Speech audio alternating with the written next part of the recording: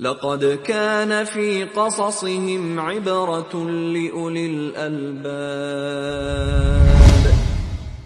Yang kami hormati para alim, para ulama, para kiai, para ustadz yang rawuh pada kesempatan malam hari ini, yang tidak bisa kami sebut satu persatu.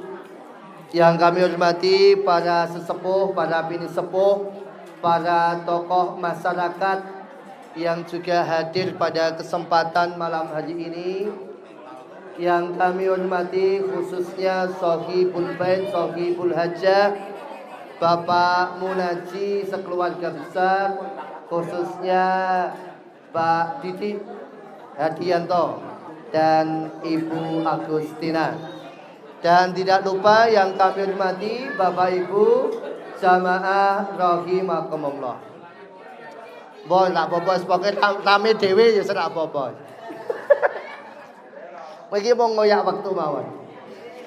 Alhamdulillah ibu dan bapak jamaah rahimakumullah, bersyukur kita kehadirat Allah Ta'ala yang melimpahkan kepada kita banyak nikmat, banyak karunia, sehingga pada kesempatan malam hari ini kita diizinkan oleh Allah untuk bersama-sama memenuhi undangan dari Pak Munaji sekeluarga besar dalam rangka kirim doa untuk cucu beliau Ananda Almahira Zahra Putri Hidayanto yang pada malam hari ini kita peringati 1 tahun wafatnya. Kita tentu mendoakan semoga Ananda betul-betul dirawat oleh Nabiullah Ibrahim alaihissalam di surganya Allah. Kita berdoa semoga Allah Subhanahu wa taala mengumpulkan Ananda Almahira Zahra beserta keluarga besarnya besok di surga. Amin Allahumma amin.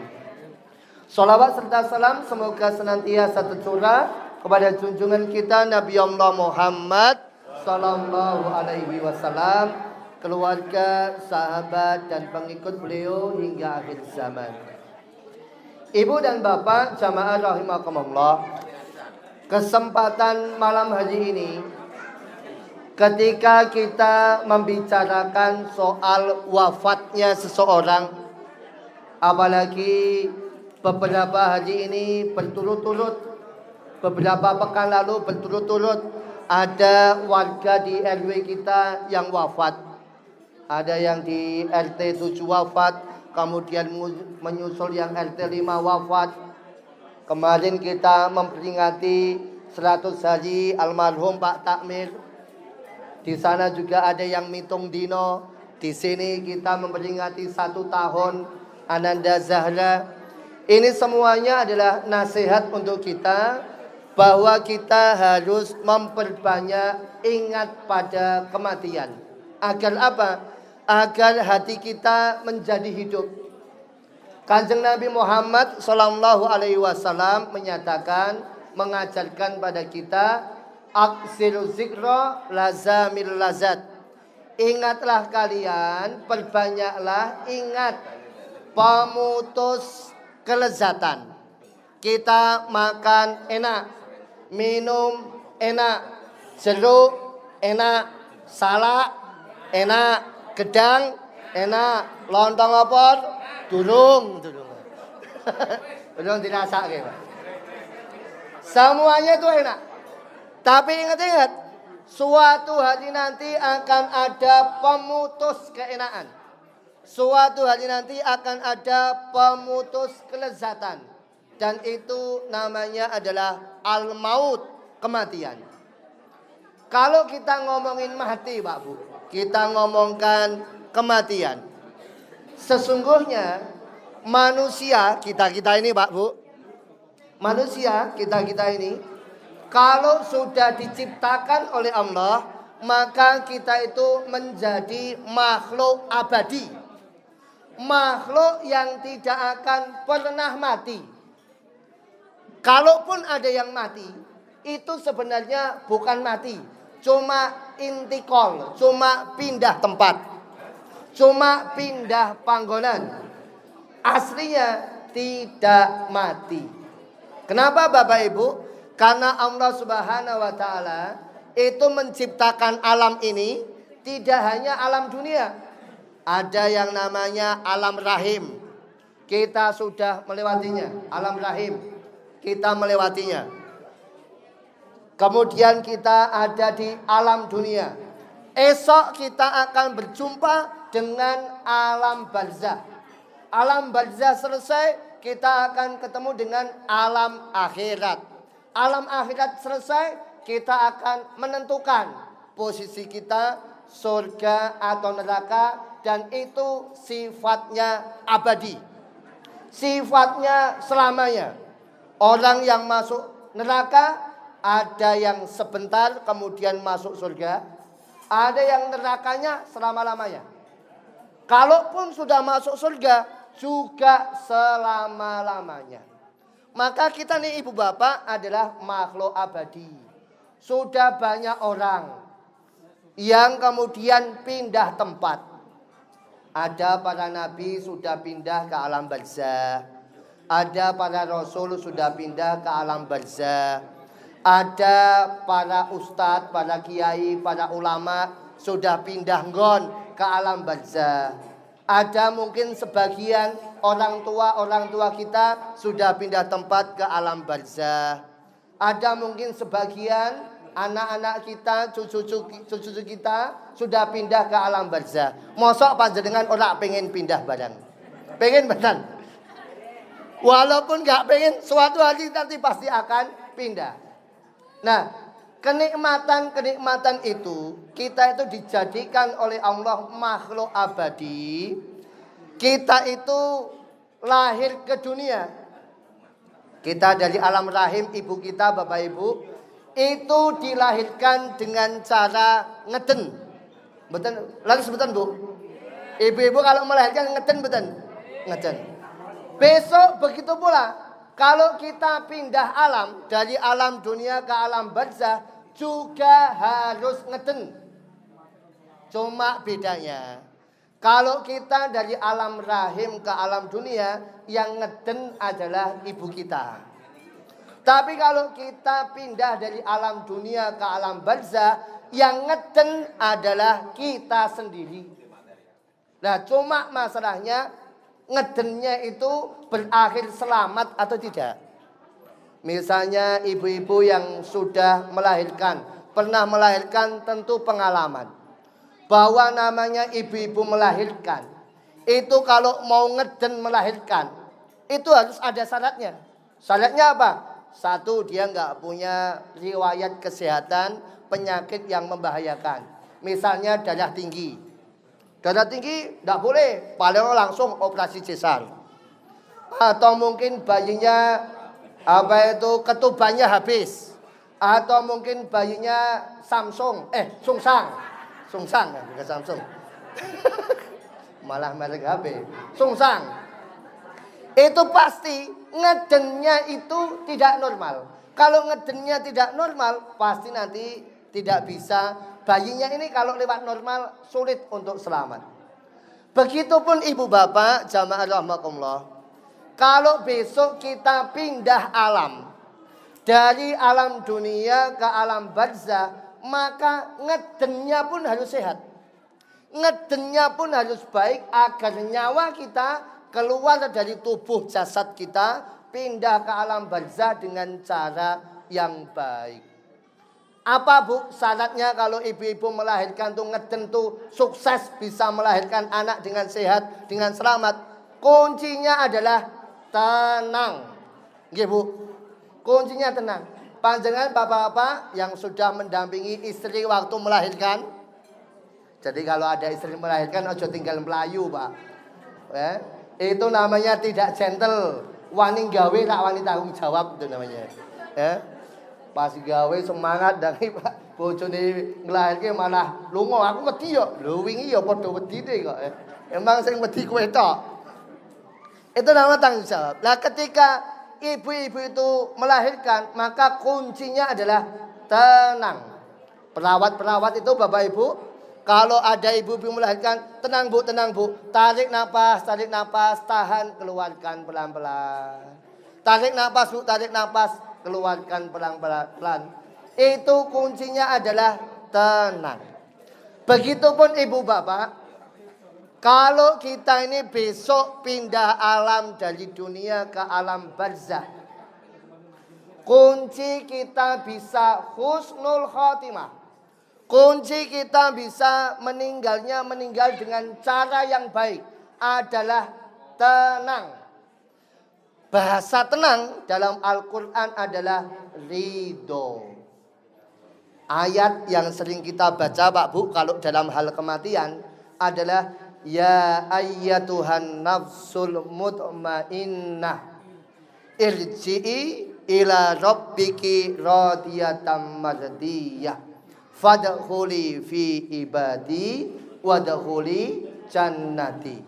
Ya ayyatuhan nafsul mutmainnah, wahai jiwa-jiwa yang tenang, wahai jiwa-jiwa yang ridho, wahai jiwa-jiwa yang rela. Ya ayyatuhan nafsul mutmainnah, wahai jiwa yang tenang, irji'i ila rabbiki radiyatan mardiyah, kembalilah kepada Allah yang kamu ridho dan Allah juga ridho sama kamu. Jadi ibu bapak, kalau kita ini meninggal kok pengen meninggal dengan husnul khotimah, wafat dengan wafat yang baik, kuncinya itu cuma satu, mutmainnah. Kalau dalam sholat disebut tumakninah. Kalau bahasa Indonesianya apa? Tenang. Bahasa syariatnya apa? Ridho. Kita Pak kok bisa ridho dalam hidup ini? Wah adem ayem enak Pak. Kenapa kok orang itu susah meninggal Pak? Kita bisa bicara pengalaman Pak. Kenapa orang itu susah meninggal? Karena otaknya masih mikir gak ridho. Ki ngopo ki mbak ora mati-mati. Oh kayak ngenteni anake dong bali saka Jakarta dinteni. Kepikiran Pak. Belum ridho. Nek anake dong teko. Lho iki ngopo ki? Bapake kok matine kok angel men. Oh anu jebule cek duwe cekelan. Cekelane lho diculke. Saya kepikiran. Belum ridho. Kunci kehidupan dunia ini kita pindah alam adalah ridho. Maka kalau kita pengen sukses, ridholah Bapak Ibu. Kita ridho soal rezeki. Ya itulah yang diterima. Tidak semuanya kita ini ditakdir kaya oleh Allah. Tidak semuanya kita ini ditakdir sugih oleh Allah. Ada yang ditakdir sedengan, ada yang ditakdir melarat. Ya alhamdulillah. Yes, ditampa wae. Ngene-ngene ya gaweane Gusti Allah. Ya. Wong kita ini lahir ke dunia bukan kehendak orang tua, bukan kehendak malaikat. Kita ini kehendaknya Allah. Kalau kehendaknya Allah, wis manut mek Gusti Allah lah. Ridho mek Gusti Allah. Ya kita lahir ke dunia ini Bapak Ibu, itu seperti kita menghadiri pengajian ini. Kita ora usah mikir snack. Saya mikir snack wis tuan rumah. Kita ora usah mikir kok wedange apa, legi apa ora, gulane gula Jawa apa gula pasir apa gula batu. Ora usah dipikir, kuwi tanggung jawab tuan rumah. Ki engko lontonge diiris-iris kok mangane kangenan apa ora usah mikir, Pak. Kuwi tanggung jawab tuan rumah. Tuan rumah saya mikir, begitupun kita lahir ke dunia, itu tanggung jawabnya Allah. Allah sudah menentukan, wes rezekimu iki rak bakal kaliren, rak bakal kentekan pangan, rak bakal mati dalam keadaan sia-sia. Kenapa? Allah sudah menjamin. Kita ridho dalam hal jodoh, Pak, dalam hal jodoh. Mungkin kita waktu masih jomblo, waktu masih sendiri, wah, pengennya mungkin bapak-bapak ini, ya Allah, kalau punya jodoh semoga istri saya itu istri yang manutan, sing apian, nek dikongkong ki manut, semana ikhlas tumakninah kusuk.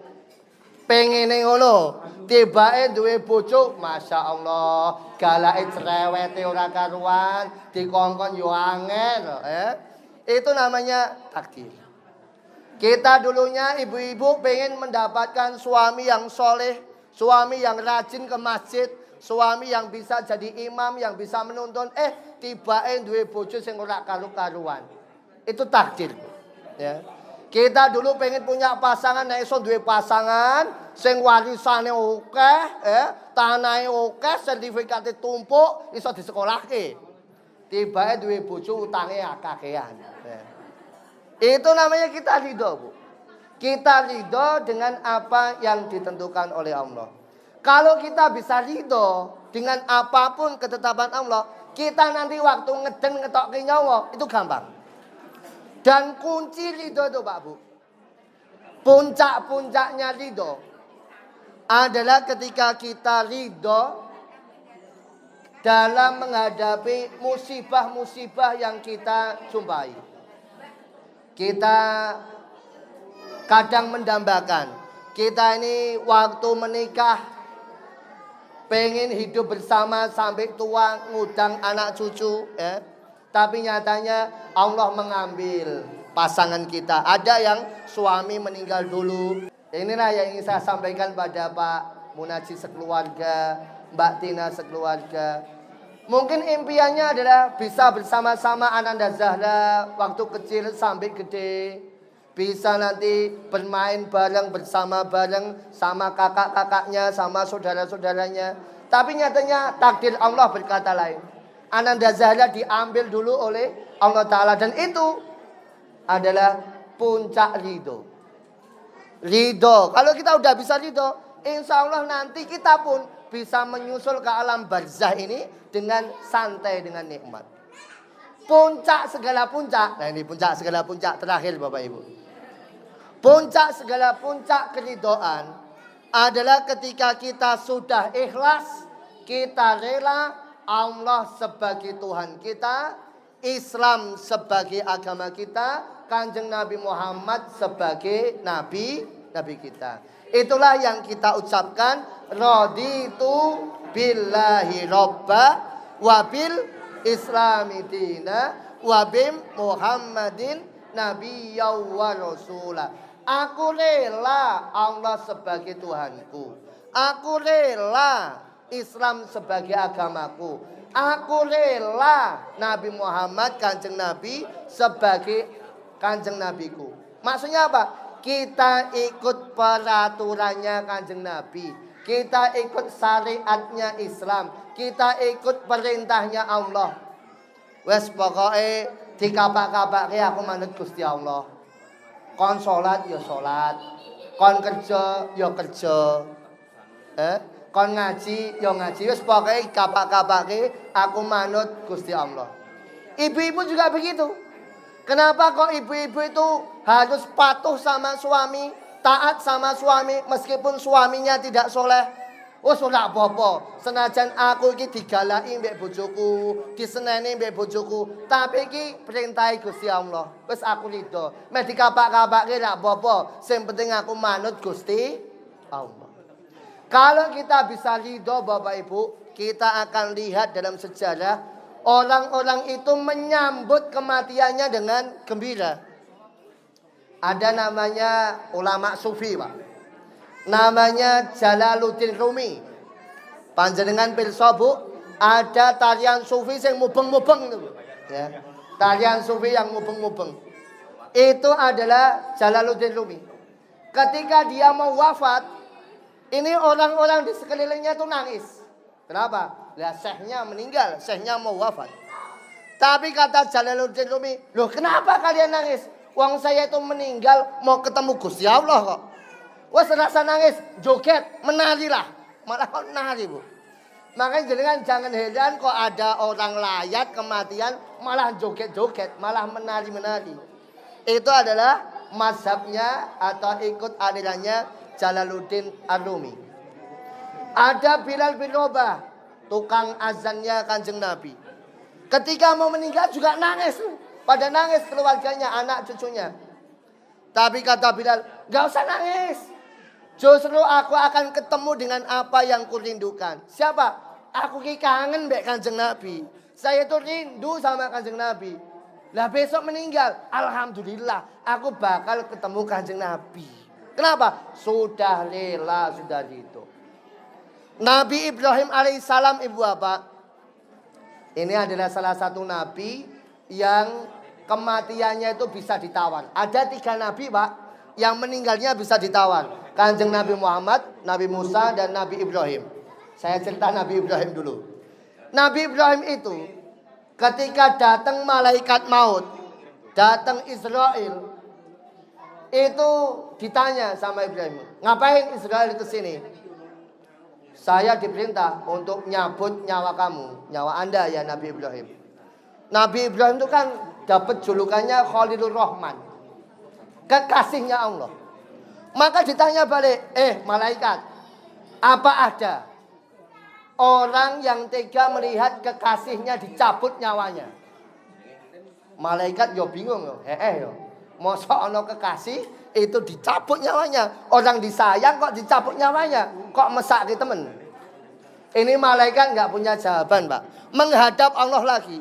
Ya Allah, kata Nabi Ibrahim, mana ada orang yang menyayangi kok mencabut nyawa yang disayangi? Kok ada orang mencintai mencabut nyawa yang dicintai? Bagaimana ini ya Allah di bahasa kita? Maka Allah menjawabnya, katakan pada Ibrahim, mana ada orang yang mencintai tidak mau ketemu dengan yang dicintai? Mana ada orang yang menyayangi tidak mau ketemu dengan yang disayangi? Ibrahim cinta Allah, masa iya dia gak mau ketemu Allah? Maka begitulah Nabi Ibrahim kemudian ridho, rela. Ya ayyatuhan nafsul mutmainnah, jiwanya tenang. Irji'i ila rabbiki radiyatan mardiyah. Kembalilah kepada Allah dengan kamu senang dan Allah juga senang. Makanya Yai Sobari itu kalau doa kok sampai irji'i, itu kan ditekankan. Irji'i, tekanan betul. Kenapa? Ini nikmat, ini karunia. Semoga ibu bapak, Ananda, Almahira, Zahra, dan kita semuanya, khususnya keluarga besar Pak Munaji, bisa menyusul dengan jiwa yang tenang, bisa menyusul dengan nafsul yang mutmainnah, dan kita bisa menyusul menghadap kepada Allah dengan husnul khotimah, dan kita bersama-sama bisa berkumpul di surga Allah nanti. Amin, Allahumma amin. Demikian yang bisa kami sampaikan, kurang lebihnya mohon maaf. Usikum wa nafsi wa iyaya bittaqwallah. Wassalamualaikum warahmatullahi wabarakatuh.